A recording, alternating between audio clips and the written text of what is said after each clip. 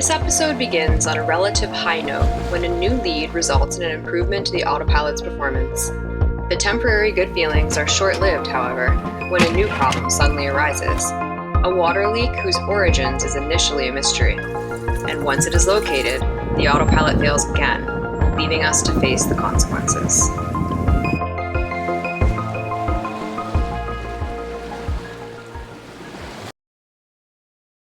Oh. Yeah. So it's 5 in the morning and I just woke up to Bill telling me that he fixed the Autopilot. So what did you just do? In my sleep while we were hove to, it occurred to me that there's no way that 2 solenoids are broken. So I woke up in the middle of the night and hardwired the solenoid to our battery bank. And that's what this is, right? Yeah. Okay. The solenoid is what engages the pump, so I engaged that, did the Autopilot recommissioning and testing, and it is now driving. Woo!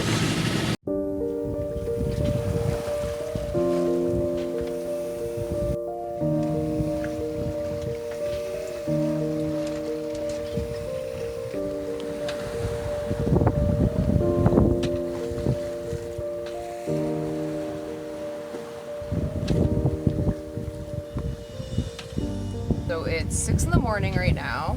Bill's gonna go back in the hole again and see if we can just close the loop on this repair completely, because it looks like we just checked the weather and it looks like if we could feel 100% confident about this repair, then we could probably continue on to Canada. So right now the solenoid is hooked up directly to our battery. That's what these lines are. They're going down below. We just want to see if we can get the solenoid hooked up properly to the computer. So I'm going back down to the course computer, which is in this locker. I just touched the solenoid and I noticed it's a little warm because it's directly wired. I think the course computer may cycle the voltage on and off as it needs it. Might just be a loose connection or something there. I'm seeing 7 volts coming out, whether we're in standby or not.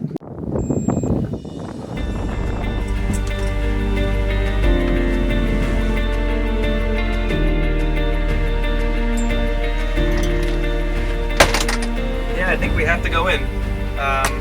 The course computer is sending some funky voltages, and I think we will damage the clutch if we keep going the way we are.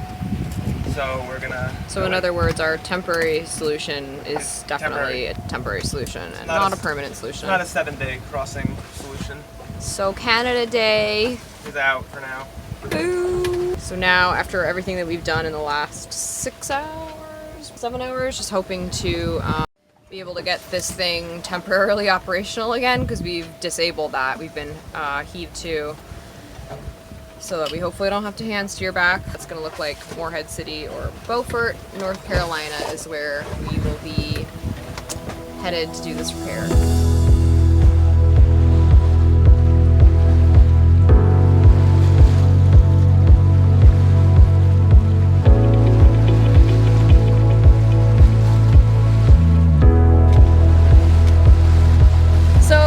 Just hanging out in the cockpit right now. We are slowly motoring our way towards the coast to North Carolina, and we have about, I'm gonna guess 40 miles to go? 63, okay, a little more than I thought. We've been dealing with the Gulf Stream, so it's been slowing us down. We're hanging out here and we're just reflecting on this little detour that we have to take and the fact that we aren't gonna get to make it directly to Canada like we really wanted to, but you know, we're really grateful that the weather's been good and really grateful that this little jerry-rigged Autopilot situation is still holding up, and knock on wood, it lasts till tomorrow because we've had to do very little hand steering, which is awesome. 15 more hours, yeah, we got about 15 more hours to go. We're just being very cautious in the cockpit because of the wiring, and again, like if we had bad weather, that would be challenging, having to move around that delicately, and just having bad weather in general would make the situation worse. So we're really grateful, and yeah, and we're also just talking about where we're going to be for July 4th now, because that's all open. In America. be in America instead of being in Canada. Or it'll be at sea. So, yeah, or it'll be at sea, but we can maybe plan it out. We're thinking maybe Nantucket, which is funny because I have my Nantucket shirt on right now. But probably shouldn't even be thinking that far out at all right now. We should probably just be thinking about getting into port safely. So yeah, but it's a really nice evening. No wind, it's kind of hot, but it's beautiful. The sunset's beautiful, and yeah, things are good. Things could be much worse, so things are good.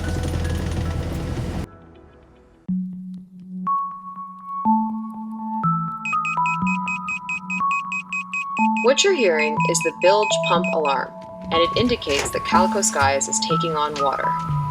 It is set to go off when the bilge is pumping water at an abnormally high rate.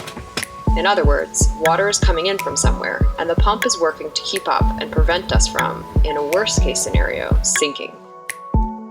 As we begin to open lockers, you can hear the water pouring in.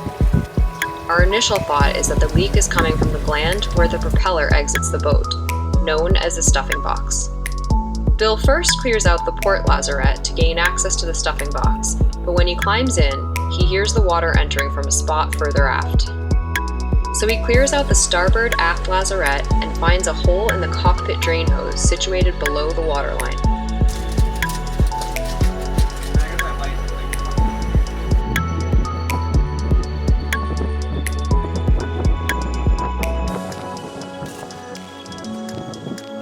So where that white tape is, that's where the hose had split. I guess I had hit my foot on that when I was working on the Autopilot. So we put some rescue tape, it's called, like a self-fusing tape that works under high pressure. And this is the valve that closes the seawater anyway, so if that fails, we'll just close the valve. Oh, do you want me to do a little recap? Sure. So, Grace was on watch, I was sleeping, and there was some beeping sound, which turned out to be our bilge pump alarm. So, since we've been motoring so heavily, this first assumption was the stuffing box. That's the most likely point to have water come in the boat. That's why I ripped open this wall to get the stuffing box. It's dripping, but not that much. And while I was in there, I heard water trickling from behind me. So, took out everything in that locker.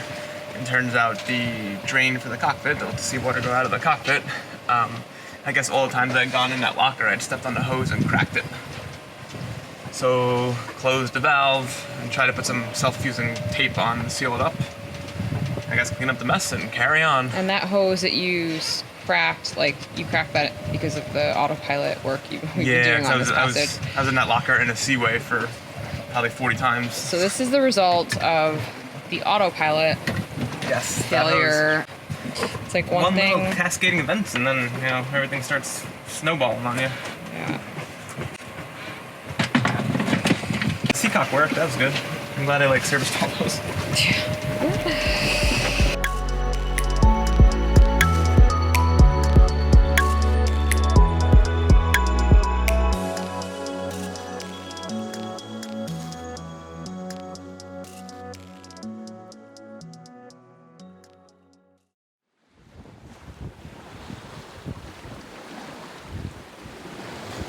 It's around 6:30 a.m. now, and I'm on watch.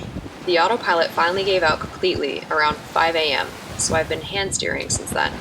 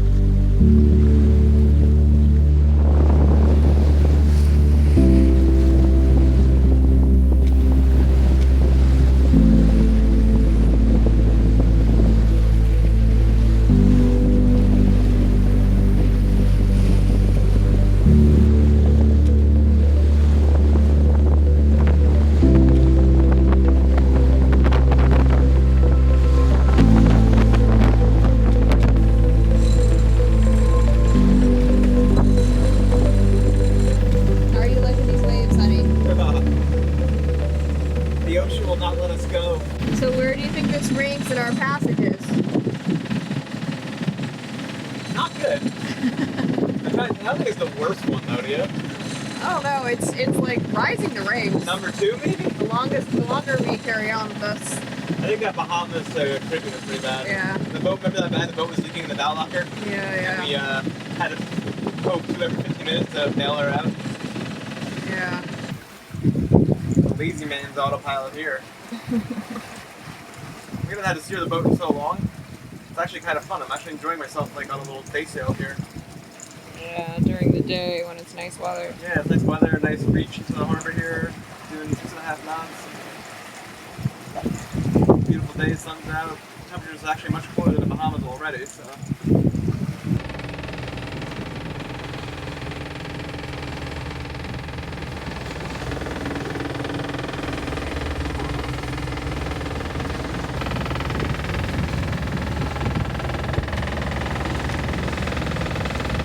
We're just about in. This was a hell of a passage. This is up there for not great passages, and really happy to be it, but it feels like a huge accomplishment. So there's that. In some ways, the breakage is actually harder than like a transatlantic from autopilot. In some ways. No, it's a good feeling. I feel like we at least. We worked together too. We worked together as a team and got this boat in.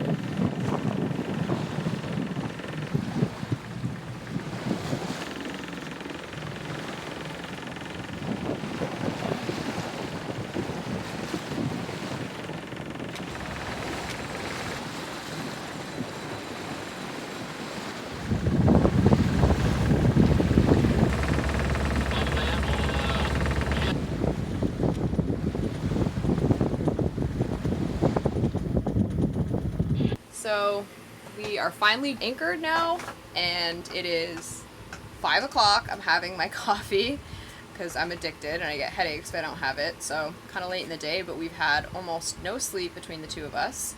So I'm sure I'll sleep just fine. And we are in Beaufort, North Carolina, licking our wounds, having something to eat. We barely haven't eaten anything today. I think you were up at... We switched off at 3 in the morning? Something happened at 3. Oh, 3 in the morning was that crazy the leak we had, which actually we want to do a little follow-up on that so you guys can see it. So I want to show you now while it's light what happened. I'll remove the tape so you guys can see what the leak looks like in the daylight. So you can see. This is the valve that controls the ocean inflow into the boat for this drain. You can see if I open it up. That's the leak we had offshore. It's why our bilge pump was going off so frequently. So I'm going to remove this piece of hose and take it to West Marine and get a replacement. We'll be doing a lot of follow-up stuff now, thinking about backup autopilots, and obviously need to get this fixed before we can carry on with our journey.